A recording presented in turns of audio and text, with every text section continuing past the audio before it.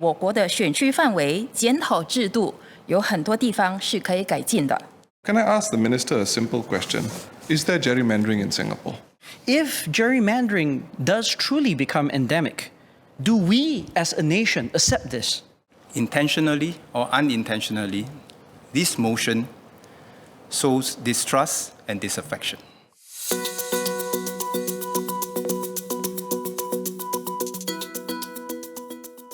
长期以来，总理会在大选前任命选区范围检讨委员会 （EBRC）， 而 EBRC 的成立和其报告的发布，也是大选即将到来的信号。前进党今天提出这项动议，是因为我们认为我国的选区范围检讨制度有很多地方是可以改进的，以增强制度的透明度、独立性与公平。首先 ，EBRC 应该更详细地向公众解释，为何某些选区的范围出现了变化。自独立以来 ，EBRC 的报告越来越精简，近年的报告对选区范围变化的解释更是简短而模糊，这令人难以判断选区范围的变化是否仅仅是因为人口变化和房屋发展情况。例如，纵观1988年到2015年的大选成绩，我们发现反对党得票介于40%到50%的单选区，在下届大选中消失的概率，比反对党得票低于40%的选区来得高。由于 EBRC 的报告过于精简，这种对选区划分不公的怀疑也自然会浮出水面。EBRC 的报告如果更详细，这种疑虑自然会烟消云散。第二，目前每位议员可以代表2万至3万8千名选民，这导致每位选民代表权存在显著的差异。例如，在2020年大选中，盛港集选区的选民人数和东海岸集选区几乎相同，但盛港集选区在国会中拥有4席，而东海岸集选区却拥有5席。现有的选民范围意味着，有些议员所代表的选民几乎是另一位议员的2倍。前进党建议立法规定，每位议员只能代表27000至3万3千名选民，以减少目前的巨大偏差对选民和议员的不公平。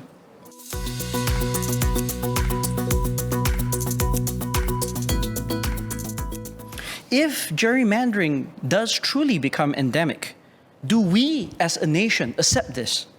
Gerrymandering effectively means that the votes of those who happen to live in certain geographies are inadvertently given lesser weight, simply by dint of the districting system. Do we wish to be known as a modern democracy that does not aspire to ensure that the voices of all our citizens be heard equally? For these reasons, Mr. Speaker, I support the motion. First, for decades, the PAP has gained political advantage from the way that electoral boundaries have been drawn and redrawn. Second, in a fair and democratic political system, no party should gain such an advantage.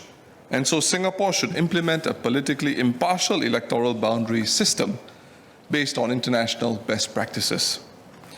Third, if the 4G PAP were to implement such an impartial system, this would be in keeping with the promise flowing from the Forward Singapore exercise that Singapore will operate under a refreshed social compact. In the end, the choice is the PAP's.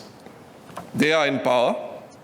They can continue with things as they are, or they can amend the law to entrench fairness into the electoral boundary system to protect future generations.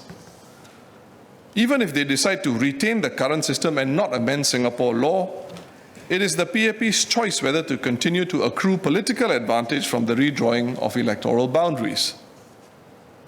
This coming election is a chance for a new start, a refreshing of the social compact as the new Prime Minister has promised. Prime Minister Lawrence Wong and the 4G leaders have the chance to change politics as usual. We cannot agree with the premise of this motion.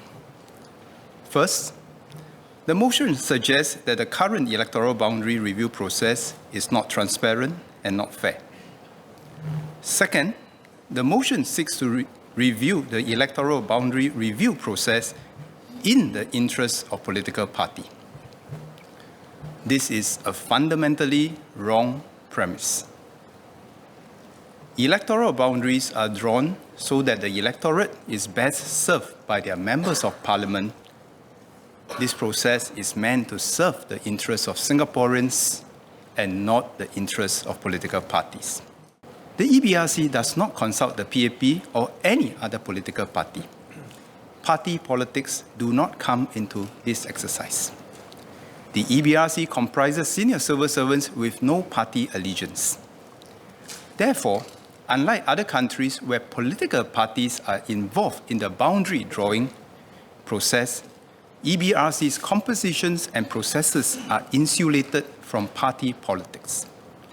Hence, we do not have the horse trading and gerrymandering that have taken place in other countries. And I must say, if we get all political parties involved, present or future, it will politicize the whole process and not bring us forward, but bring us backwards. Singaporeans are discerning voters, and so I urge all candidates to fight an election on substance, earn the trust of the electorate with concrete actions, focus on how to serve the voters and gain their trust wherever you choose to stand, rather than thinking about excuses for not being able to do so. Our electoral review system is generally functioning well and seeks to ensure that voters distributed across Singapore are represented in Parliament in as fair a way as possible. However, intentionally or unintentionally, this motion sows distrust and disaffection. This is disastrous for our political system and for Singaporeans. Low-trust countries are stuck in a vicious cycle where the government cannot do things that are urgent and necessary because the population does not trust them. And therefore they fail, and the population trust in their leaders and system is further diminished, and we are on a downward spiral.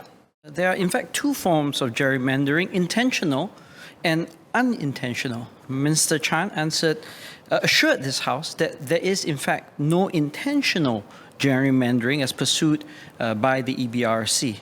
Now, even if we accept this position, it does not exclude the very real possibility that natural movements in the electorate, 200,000 in fact, as Minister Chan just shared, might inadvertently give rise to an unintentional gerrymandered outcome. I disagree with the Minister that the motion as filed by the PSP sows distrust. If we don't discuss this issue in Parliament in a civil way, where do we do it? At the end of the day, it must be Singapore and Singaporeans who win. It must be that we have a functioning Parliament that can produce good governance in service of our people and nation. And it is on that note, and that is the real outcome that we are looking for. The outcome is not whether your party wins or my party wins. It's whether Singapore wins. And I'll leave it to members of the House and the public to decide.